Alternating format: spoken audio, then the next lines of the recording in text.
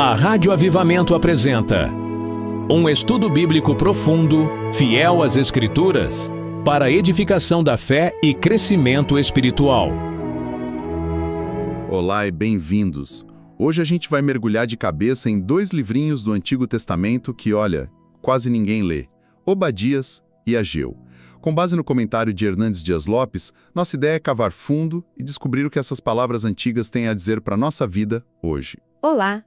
E o interessante é que esses dois profetas, apesar de pequenos, fazem um diagnóstico brutal de duas falhas humanas que são completamente opostas, mas que levam ao mesmo lugar. Exatamente. Em Obadias, vamos explorar o que acontece quando o nosso foco está totalmente no outro, mas movido pelo ódio. É a história de um rancor de família que durou, 2000 anos. E depois, em Ageu, a gente vira o espelho e vê o que acontece quando o foco está totalmente em nós mesmos, movido pelo egoísmo e pela busca de conforto. São dois caminhos que levam à ruína. E no meio disso tudo, os textos nos mostram como Deus age e, surpreendentemente, como tudo isso já apontava para a chegada de Jesus como a única solução real, sabe? Para esse dilema do coração humano. Não são só histórias antigas, são como um raio-x da nossa alma. Ok, vamos começar então por essa história de família que deu muito errado. Obadias. É o menor livro do Antigo Testamento, um capítulo só, mas é uma mensagem de fogo puro contra uma nação chamada Edom.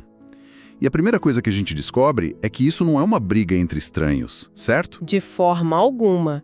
Essa é a chave para entender tudo. Os edomitas eram descendentes de Esaú e os israelitas de Jacó, irmãos gêmeos.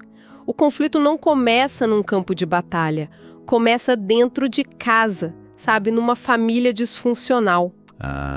O comentário de Lopes é muito direto nisso, ele aponta a raiz lá em Gênesis. O pai, Isaac, preferia Esaú, o caçador.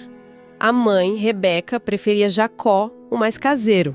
Nossa, é impressionante pensar que uma preferência parental, uma falha que acontece em tantas famílias, plantou uma semente de ódio que cresceu e virou uma guerra de 2 milênios.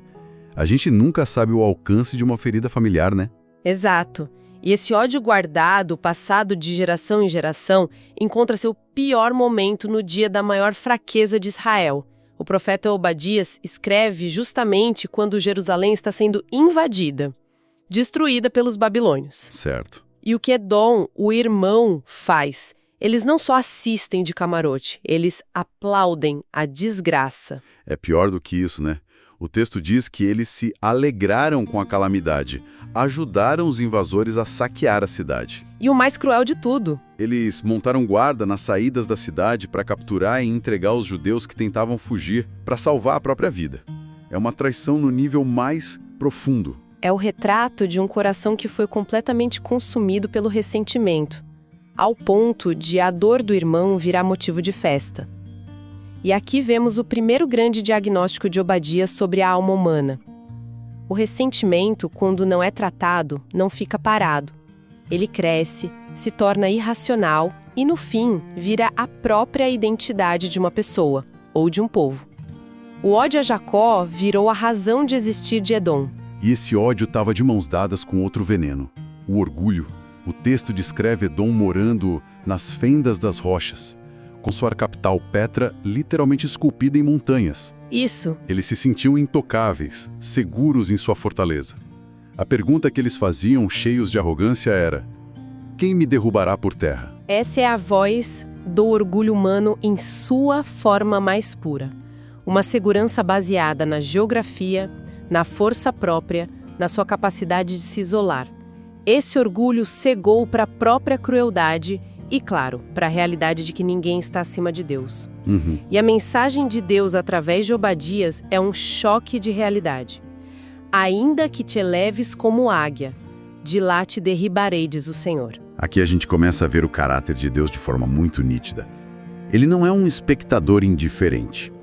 Ele vê a injustiça. E parece que a traição contra um parente fragilizado tem um peso especial para ele. Sem dúvida. Deus se revela como o protetor dos vulneráveis e o juiz dos soberbos. E ele aplica um princípio que atravessa toda a Escritura, a lei da semeadura e da colheita. A frase do profeta é como uma sentença. Como tu fizeste, assim se fará contigo. O teu mal feito tornará sobre a tua cabeça. Pesado. Não é um Deus vingativo no sentido humano, sabe? Mas um Deus que mantém a ordem moral do universo. A crueldade praticada gera suas próprias consequências, inevitáveis. Ok, o juízo contra Edom é claro, a soberania de Deus também. Mas confesso que, à primeira vista, isso ainda soa como uma história de vingança divina, bem, típica do Antigo Testamento. Onde está a ponte daqui para a mensagem do Evangelho, que é sobre graça e perdão? A ponte é fascinante e, sinceramente, um pouco assustadora. O comentário de Lopes traça a linhagem desse ódio até o Novo Testamento. Os edomitas sobrevivem na história como os idomeus. Idumeus. E é dessa linhagem que surge uma família que todo mundo conhece, a família de Herodes. Peraí, Herodes, o rei que tentou matar o menino Jesus em Belém, era um descendente de Esaú? Exatamente. Herodes o Grande era um idumeu, aquele ódio ancestral de Esaú contra a linhagem da promessa que era Jacó, encontra sua expressão máxima na tentativa de assassinar o Messias recém-nascido. Que loucura. E não para por aí.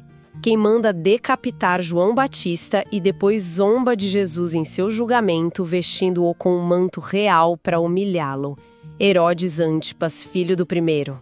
A hostilidade que começou numa disputa por um prato de lentilhas, literalmente, termina aos pés da cruz. Nossa, eu nunca tinha feito essa conexão. É uma linha reta de quase 2000 anos de amargura. É como se a história inteira de Edom fosse uma longa preparação para se opor a Cristo. E aí está o contraste que revela o Evangelho. A linhagem de Esaú culmina na violência contra o Filho de Deus. A linhagem de Jacó, com todas as suas falhas e tropeços, leva o Filho de Deus. Certo. Jesus, descendente de Jacó, é aquele que não responde à violência com mais violência. Ele absorve o ódio de Edom, representado por Herodes, e quebra o ciclo na cruz, oferecendo perdão no lugar de vingança. Obadias mostra a doença em sua forma mais terminal. Jesus é a cura. Então, quando a gente traz isso para a nossa vida, é fácil julgar Edom. Mas essa semente de amargura, esse ressentimento guardado, não é tão diferente de famílias que hoje não se falam por causa de uma briga por herança, de uma ofensa do passado, de política. Exatamente. A lição prática aqui é mortalmente séria. É um alerta para vigiarmos os pequenos ressentimentos, especialmente em casa, antes que eles criem raízes e se tornem fortalezas de orgulho em nosso coração, definindo quem nós somos. A história de Edom é um outdoor gigante nos dizendo: o caminho do ódio e da vingança é um beco sem saída, e a segurança que construímos em nossas próprias fortalezas é uma ilusão que Deus pode derrubar a qualquer momento. A única saída desse ciclo é o caminho de Cristo, o caminho do perdão. Impressionante. Em Obadias, a gente viu um povo destruído por uma obsessão externa, o ódio ao irmão. Eles viviam para fora, para vingança. Agora em Ageu, o profeta vai virar o espelho e nos mostrar o outro lado da moeda. Um povo se destruindo por uma obsessão interna, o amor a si mesmo e ao próprio conforto. O veneno é diferente, mas o diagnóstico de um coração desalinhado é o mesmo. O cenário em Ageu é o povo judeu que voltou do exílio na Babilônia. Eles tinham uma missão clara de Deus: reconstruir o templo, o centro da sua adoração e da presença de Deus entre eles. Sim. Mas o tempo passou, uns 16 anos, e a obra parou. Só os alicerces estavam lá, expostos ao tempo. E a desculpa oficial era bem espiritual, né? Ainda não chegou o tempo de reconstruir a casa do Senhor. Soava piedoso, paciente, mas o profeta Ageu chega rasgando o véu dessa falsa espiritualidade. Ele expõe a hipocrisia de forma direta. Enquanto a casa de Deus estava em ruínas, o que o povo estava fazendo? O texto diz que eles estavam ocupadíssimos morando em suas casas apaineladas. Casas apaineladas? Essa expressão significa casas de luxo, com acabamento de primeira, painéis de madeira nobre nas paredes, ou seja, A desculpa era falta de tempo e recursos para Deus, mas para conforto e o luxo pessoal, tempo e recursos não faltavam. E Deus, através de Ageu, aponta uma consequência muito prática e imediata dessa inversão de prioridades: frustração econômica e existencial. A metáfora que ele usa é poderosa demais. Vocês recebem salário para o colocar num saco furado. Sabe, essa imagem me pega toda vez. Quem nunca sentiu isso na pele? Você se esforça, corre, trabalha o mês inteiro, paga as contas. E quando olha, parece que o dinheiro simplesmente evaporou, que o esforço não rendeu o fruto esperado. Totalmente. Ageu está dizendo que para aquele povo, aquilo não era azar ou uma crise econômica qualquer.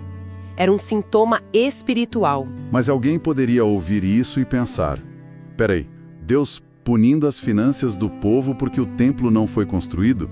Isso não soa um pouco como uma teologia da prosperidade ao contrário, onde Deus usa o dinheiro para manipular as pessoas? Como o comentário de Lopes diferencia uma coisa da outra? Essa é uma pergunta crucial. A diferença é a motivação de Deus. Não é uma barganha transacional do tipo, me dê o templo e eu lhes dou o dinheiro.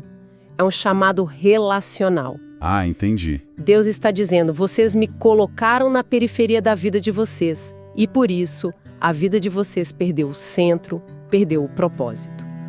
O saco furado é a descrição de uma vida que, mesmo cheia de atividade, é vazia de significado, porque a fonte do significado foi abandonada. Faz sentido. Deus está retendo a bênção não para punir, mas para chamar a atenção, para fazê-los considerar os seus caminhos. É um pai tentando trazer o filho de volta para casa. Faz todo sentido. É um convite à reflexão. Por que a vida de vocês está tão frustrante? Olhem para suas prioridades. E isso nos leva à pergunta central: como a reconstrução de um prédio de pedra, um templo físico, aponta para Jesus? Aponta de duas maneiras lindíssimas que o comentário destaca. A primeira está numa promessa que Deus faz em Ageu 2. A glória desta última casa será maior do que a da primeira. Certo. Mas o primeiro templo, de Salomão, era espetacular, coberto de ouro. O templo que eles estavam construindo era muito mais simples. Então, onde estaria essa glória maior? Não era no material, obviamente. Exato. A glória maior foi a presença física do próprio Deus encarnado, Jesus Cristo caminhando, ensinando e curando nos pátios daquele exato templo. A glória não era ouro ou mármore, era a pessoa de Jesus. Ele era o cumprimento daquela profecia. Nossa. E a segunda conexão? A segunda é com o governador da época, Zorobabel, um descendente do rei Davi. No final do livro, Deus faz uma promessa incrível a ele. Eu te farei como um anel de selar, porque te escolhi. Pense no anel de selar como o carimbo oficial do rei, a assinatura que tornava um decreto em lei. O símbolo máximo de autoridade. Exato, e de autenticidade.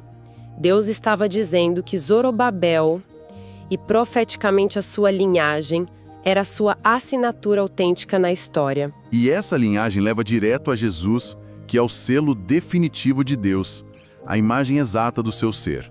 Aquele templo físico era só um símbolo temporário para o verdadeiro templo, que é o corpo de Cristo e, por extensão, a sua igreja. Perfeito. A história de Ageu nos mostra que Deus sempre quis habitar com o seu povo, mas não em casas de pedra.